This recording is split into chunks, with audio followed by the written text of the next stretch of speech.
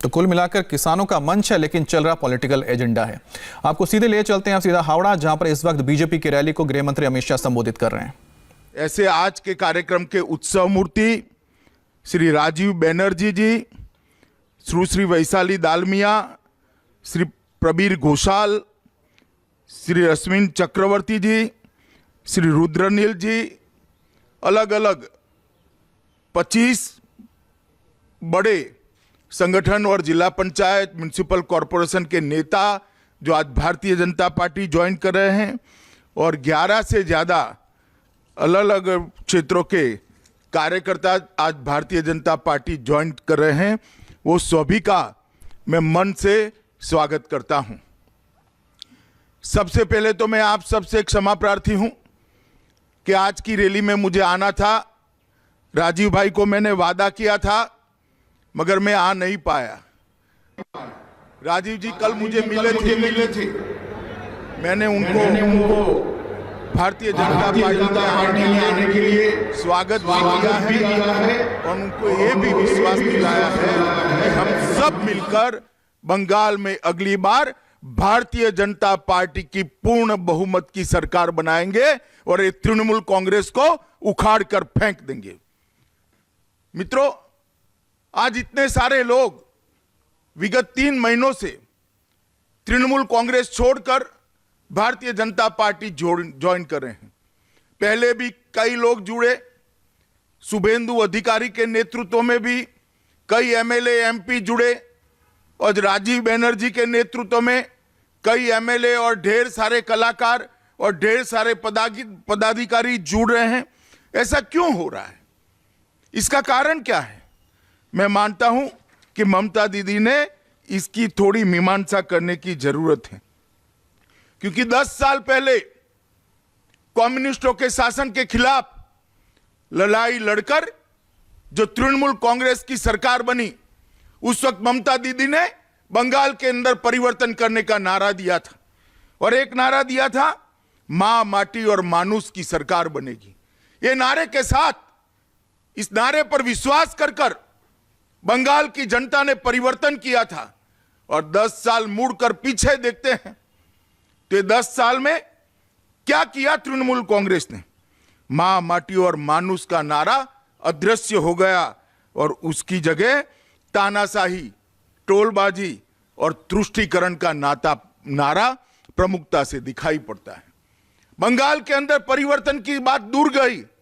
हमारे लाल भाई, कम्युनिस्ट भाइयों जहां छोड़कर गए थे, इससे भी बंगाल को गिराने का काम ममता बनर्जी ने किया है। ममता जी, आपको बंगाल की जनता कभी माफ नहीं कर सकती। हर एक क्षेत्र के अंदर बंगाल को आगे बढ़ाने की जगह आप पीछे ले गई हैं, और इसके कारण आज पूरे बंगाल के अंदर एक परिवर्तन की लहर देख रही है।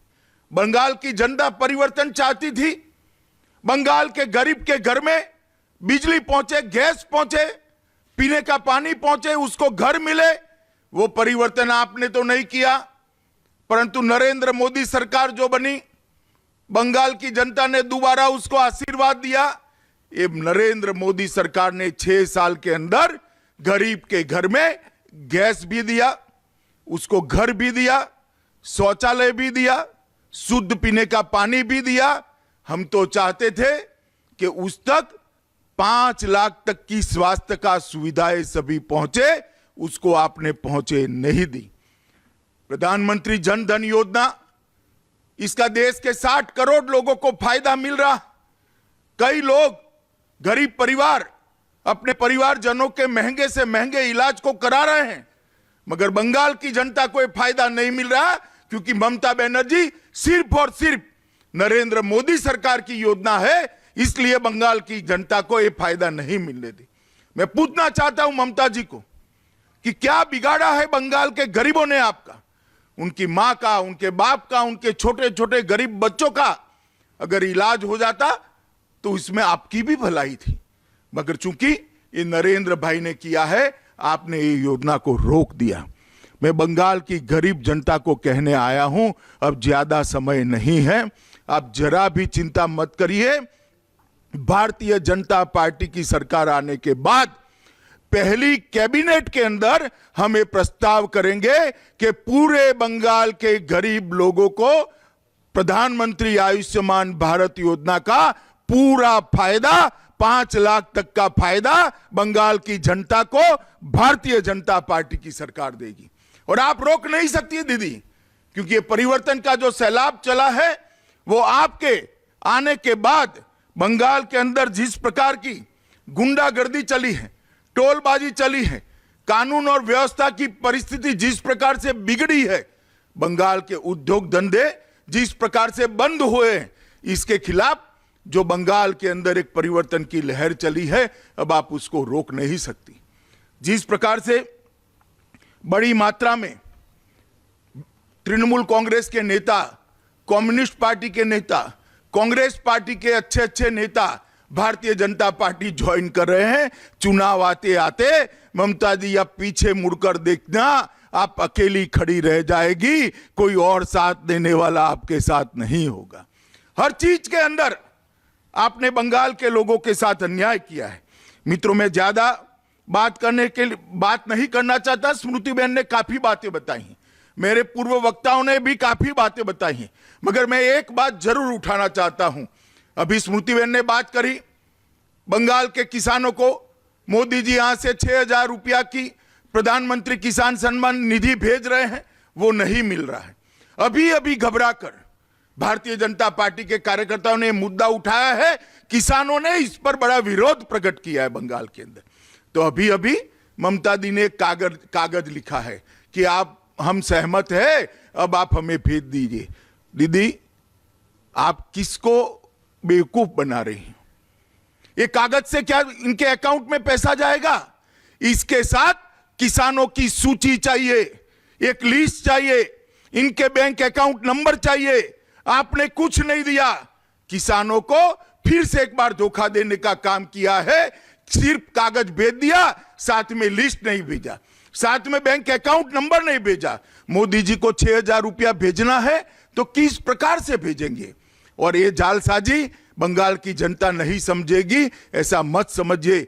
भारतीय जनता पार्टी का बंगाल का कार्यकर्ता बंगाल के किसानों के घर घर जाएगा और ये बात समझाएगा कि ममता बनर्जी आपको प्रधानमंत्री के भेजे हुए 6,000 रुपया नहीं मिल देगी। मित्रों, मैं ज्यादा बात नहीं करना चाहता। जिस प्रकार की बंगाल की स्थिति हुई है, यही बंगाल रामकृष्ण परमहंस, स्वामी विवेकानंद, नेताजी सुभाष बोस, गुरुवर रविंद्रनाथ टैगोर, खुदीराम बोस, राजा राम मोहन राय, ईश्वर चंद्र विद्यासागर, हरिचंद्र ठाकुर, गुरुचंद्र ठाकुर, पंचाल बर्मन, एक ढेर सारे लोगों का ये बंगाल भूमि, चैतन्य महाप्रभु भी यहां हुए। इस बंगाल की भूमि को आपने रक्त रंजित किया है। बंगाल की भूमि को घुसपैठियों को घुसने के लिए खुला छोड़ दिया है। मैं आज इस रैली में बंगाल की जनता को पूछना चाहता हूं, ममता बनर्जी की सरकार, तृणमूल सरकार बंगाल के अंदर घुसपैठ को रोक सकती है क्या? आप जोर से बताइए, रोक सकती है? जोर से बताइए भाइयों बहनों, रोक सकती है क्या? घुसपैठियों को अगर कोई रोक सकता है तो मोदी जी के नेतृत्व में बनी हुई भारतीय जनता सरकार ही रोक सकती है और कोई रोक नहीं सकता। मोदी जी के नेतृत्व में देश भर में जहां जहां एनडीए की सरकार चली है, वो सभी सरकारें जन कल्याण के कामों से देश के विकास के रास्ते पर जुड़ी हैं। हर गांव में, हर घर में सुविधाएं पहुंचाने में जुटी है और यहां पर भतीजे को मुख्यमंत्री बनाने के अलावे और कोई एजेंडा ही नहीं है। मित्रों, नरेंद्र मोदी सरकार का काम करने की तरीका है, मोदी सरकार जन कल्याण के लिए प्रतिबद्ध है और ममता दीदी की सरकार भतीजा कल्याण में व्यस्त है। इसके लिए बंगाल की जनता का कल्याण ये एजेंडा नहीं है। मित्रों, आज मैं आप सबको इतना ही कहना आया हूं। मैं फिर से एक बार जल्द ही बंगाल आ रहा हूं, उस वक्त मैं आप सभी से बात करूंगा। आज मैं हमारे साथ राजीव बनर्जी के नेतृत्व में बहुत बड़ा नेताओं का एकजुट भारतीय जनता पार्टी ज्वाइन कर रहा है, मैं उसको शुभकामनाएं देने के लिए आया हूं। मैं उनको विश्वास दिलाता हूं कि मोदी जी के नेतृत्व में बंगाल में परिवर्तन होना निश्चित है, और जो परिवर्तन का वादा हमने बंगाल की जनता ने कम्युनिस्ट सरकार हटाने के वक्त सुना था, वो परिवर्तन करने का काम भारतीय जनता पार्टी की सरकार करेगी।